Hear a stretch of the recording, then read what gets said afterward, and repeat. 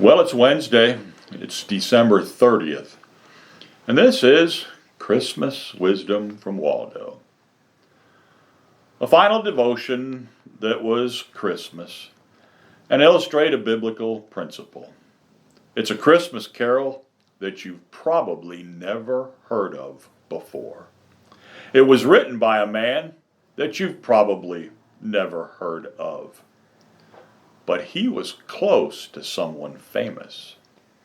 His name was Frederick Farrer. I had never heard of him either. He was born in Bombay, India in 1831. His father was a missionary there. They would eventually move to England, and Frederick would graduate from 2 colleges, both with distinguished honors. He became a minister in England. He would be very successful and eventually become the Dean of Canterbury. He would serve in the Westminster Abbey. He would become the chaplain to the House of Commons. And then he would serve as the personal chaplain to Queen Victoria. And you've probably never heard of him. He was brilliant and inspiring. He was also a great writer. He wrote theology books. He wrote stories, exciting stories for boys. He wrote a few hymns, and the most famous of all of them is hardly known by anyone today. In fact, I had never even heard of it before. It's entitled, "In the Fields with Their Flocks."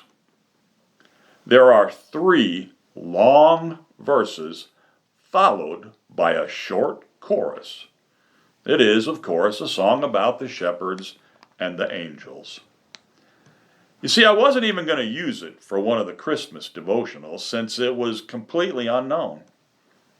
But then I realized I still don't know all of what Christ and God did on that first Christmas. I still have much to learn. That's what makes the Bible and the story of Christ's birth so amazing. We cannot know the depths of it. I'm still learning, growing, learning to walk closer to the Lord. There's still much that He wants to teach me. Frederick, he ministered to Queen Victoria.